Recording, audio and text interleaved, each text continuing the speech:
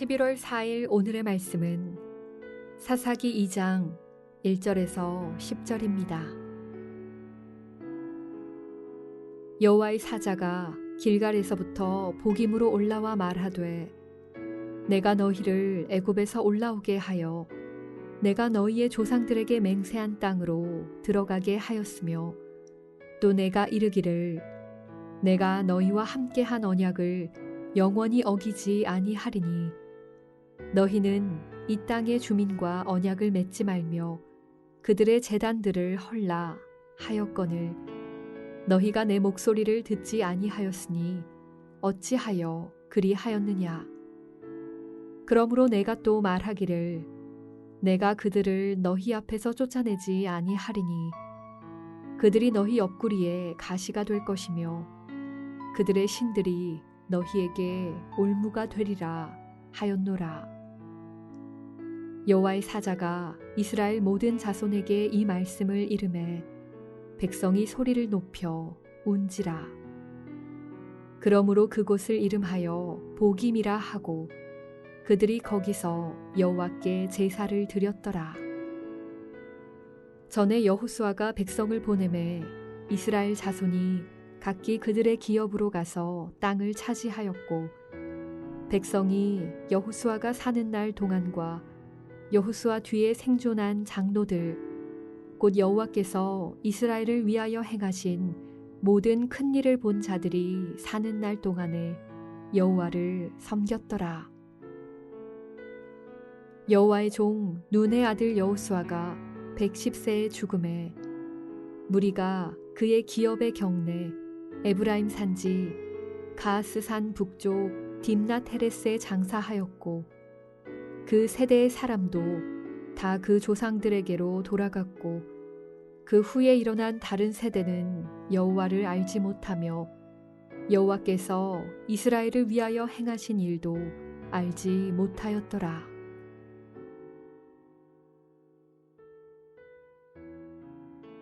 한평생 하나님을 나의 왕으로 모시고 믿음으로 승리하며 살아가시는 여러분이 되시기를 축복합니다.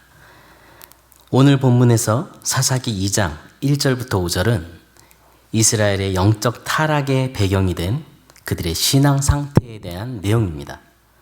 그리고 6절부터 10절은 이스라엘 백성들이 영적으로 타락하게 된 원인이 무엇이었는지를 말해주고 있습니다.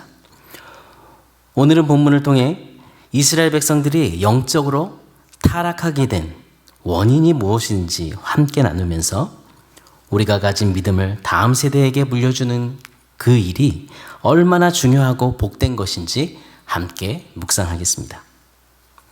여러분, 이스라엘은 하나님의 특별한 사랑과 은혜를 받은 민족이었습니다. 왜냐하면 이스라엘은 다른 민족보다 무언가 우수하고 뛰어난 민족도 아니었습니다. 단지 애굽의 종이었던 초라한 민족이었는데 하나님은 그런 이스라엘을 하나님의 백성으로 삼으셨고 그들을 약속의 땅으로 인도해 주셨습니다. 그뿐 아니라 그들에게 가나안 땅을 반드시 주시겠다고 약속하셨습니다. 그러나 1절부터 5절 말씀을 보면 이스라엘이 가나안 땅을 완벽히 정복하지 못한 사실을 말씀하고 있습니다. 왜 이스라엘 백성들이 가나안 땅 정복에 이렇게 실패했을까요? 그것은 그들이 하나님과의 언약을 가볍게 여겼기 때문입니다. 1절과 2절에 보면 여호와의 사자가 이스라엘 백성들에게 와서 그들을 책망합니다. 너희는 이 땅의 주민과 언약을 맺지 말며 그들의 제단을 헐라고 이렇게 말씀합니다. 너희가 내 목소리를 듣지 않았다 이렇게 말씀합니다. 어찌 그리했느냐? 하나님의 명령에 대한 이스라엘 백성들의 태도는 어땠습니까? 하나님은 가나안 땅을 이스라엘 백성들에게 주시겠다고 약속하셨는데 그 땅을 차지하기 위해서 필요한 것은 이스라엘 백성들이 오직 하나님의 명령에 순종하는 것이었습니다. 그 명령은 가나안 족속들과 언약을 세우지 말고 그 땅을 허물라는 것이었습니다. 그러나 이스라엘 백성들은 그동안 자신들이 차지한 땅으로 만족하며 살았습니다. 그래서 더 이상 가나안 족속을 쫓아내는 그 수고를 하려 하지 않았습니다. 결국 그들은 하나님의 언약 관계를 버렸고 가나안 백성들과 언약을 맺었고 그리고 그뿐 아니라 그들의 우상을 섬겼습니다. 그 결과 어떤 일이 일어날 것이라고 여호와의 사자가 말합니까? 내가 그들을 너희 앞에서 쫓아내지 않을 것이다. 그들은 이스라엘의 옆구리의 가시가 될 것이다. 그들의 신들이 이스라엘의 올무가 될 것이다. 이 책망을 듣고 이스라엘 백성들은 대성통곡합니다.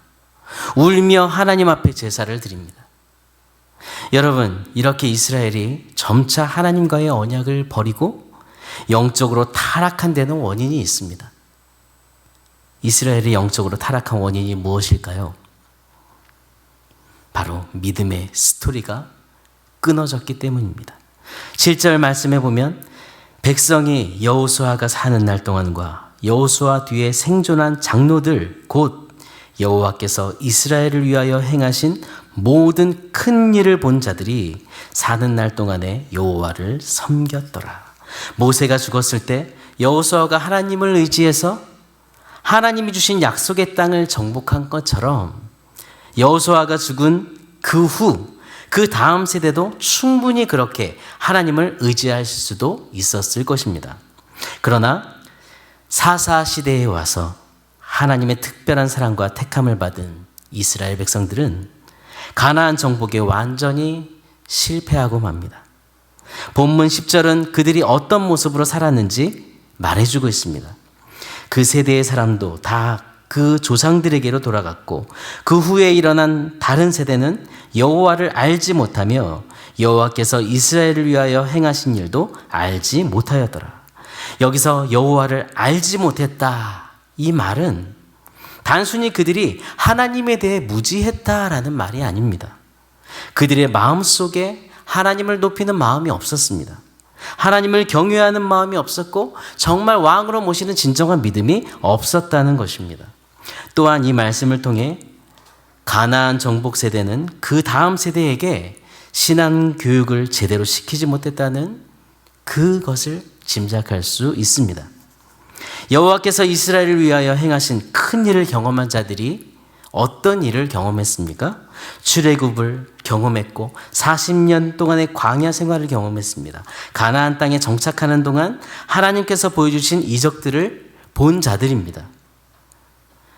그러나 그런 경험을 한 사람들이 사는 날 동안 여호와를 열심히 섬겼지만 그 후에 일어난 세대들은 하나님을 알지 못했고 또 하나님께서 행하신 그 일도 알지 못했습니다.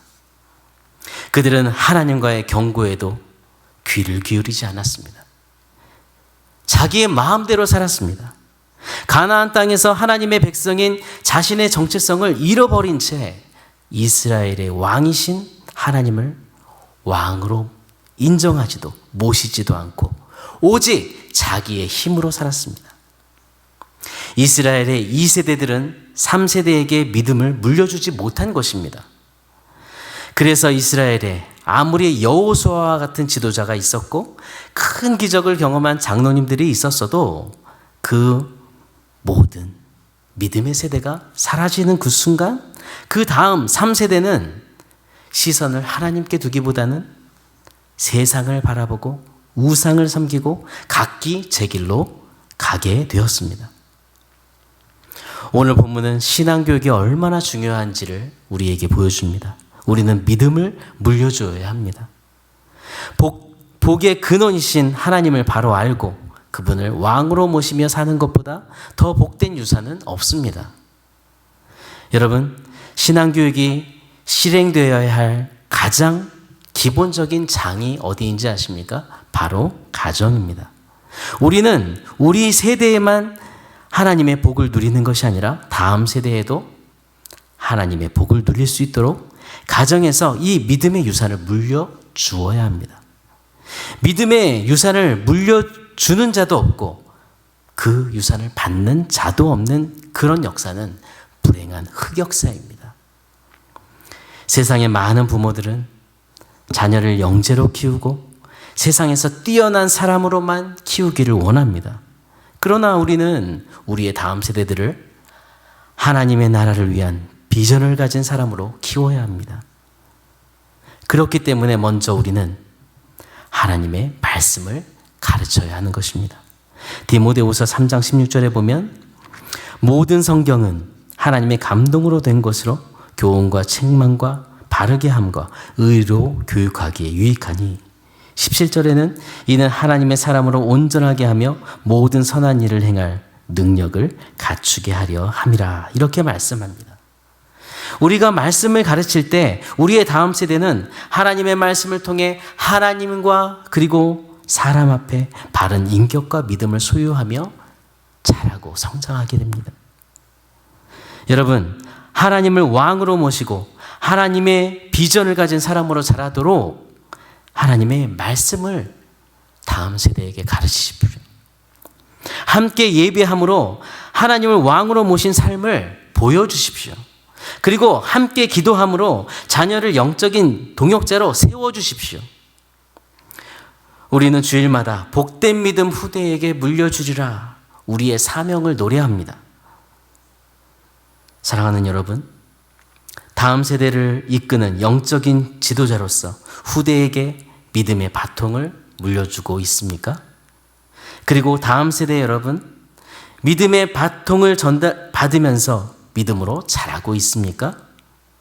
믿음을 물려주고 믿음을 물려받는 여러분은 정말 중요한 사람입니다.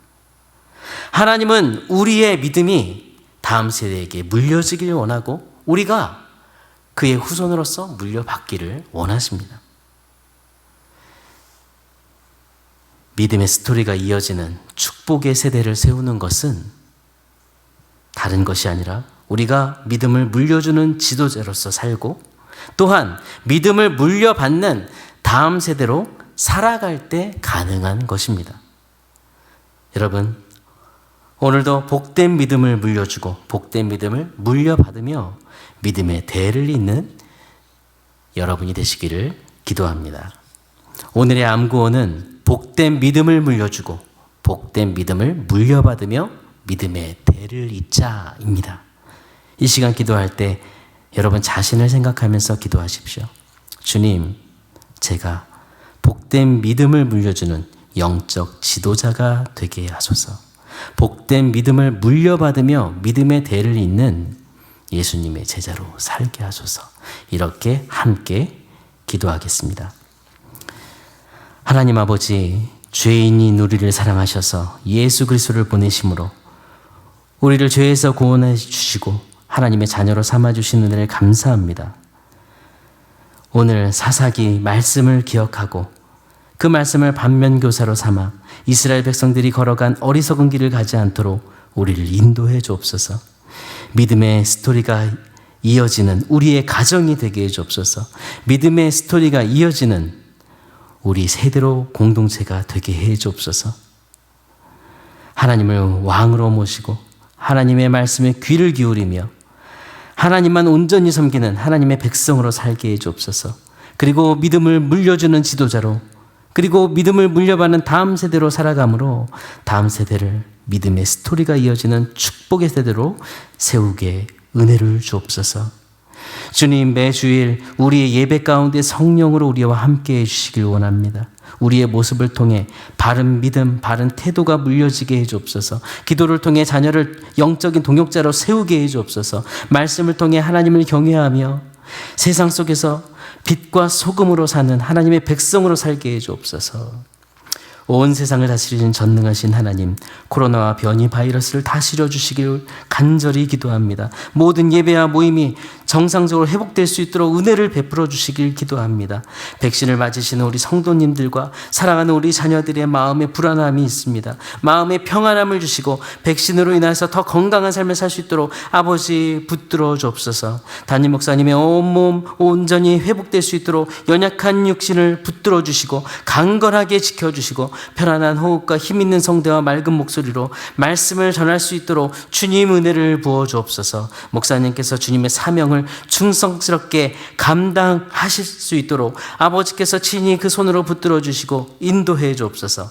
기업하는 지체들에게 오늘도 믿음으로 그 기업을 이끌게 은혜를 주시며 아버지 사업장을 통해서 영광을 받으실 뿐 아니라 이 어려운 때에 하나님께서 복의 복을 더하여 주시길 원합니다. 어려운 이때 믿음으로 인내하고 주님의 은혜를 구하면서 주님의 인도하심을 더 크게 경험하는 아버지 우리 하늘 가족들 될 수 있도록 인도하여 주옵소서. 연약한 지체들이 있습니다. 아버지 하나님 정말 치료 과정 속에 함께하여 주시고 아버지 하나님 큰 질병이 아버지 하나님 있을지라도 그 모든 것들이 눈물과 한숨뿐인 삶이 아니라 하나님을 만나는 그런 간증의 기회가 되게 도와주시옵소서. 간절히 기도하는 가운데 주님 만나주시고 마음의 평안함을 주시며 연약한 육신을 치료하시는 여호와 라파의 하나님을 만나는 그런 시간이 되도록 주님 인도해 주옵소서. 오늘도 우리의 모든 삶을 주관하시며 우리와 동행하시는 살아계신 예수 그리스도 이름으로 기도드립니다. 아멘. 하늘에 계신 우리 아버지여, 이름이 거룩히 여김을 받으시오며 나라가 임하시오며 뜻이 하늘에서 이루어진 것 같이 땅에서도 이루어지이다. 오늘 우리에게 유용할 양식을 주시옵고 우리가 우리에게 죄 지은 자를 사하여 준 것 같이 우리 죄를 사하여 주시옵고 우리를 시험에 들게 하지 마시옵고 다만 악에서 구하시옵소서. 나라와 권세와 영광이 아버지께 영원히 있사옵나이다.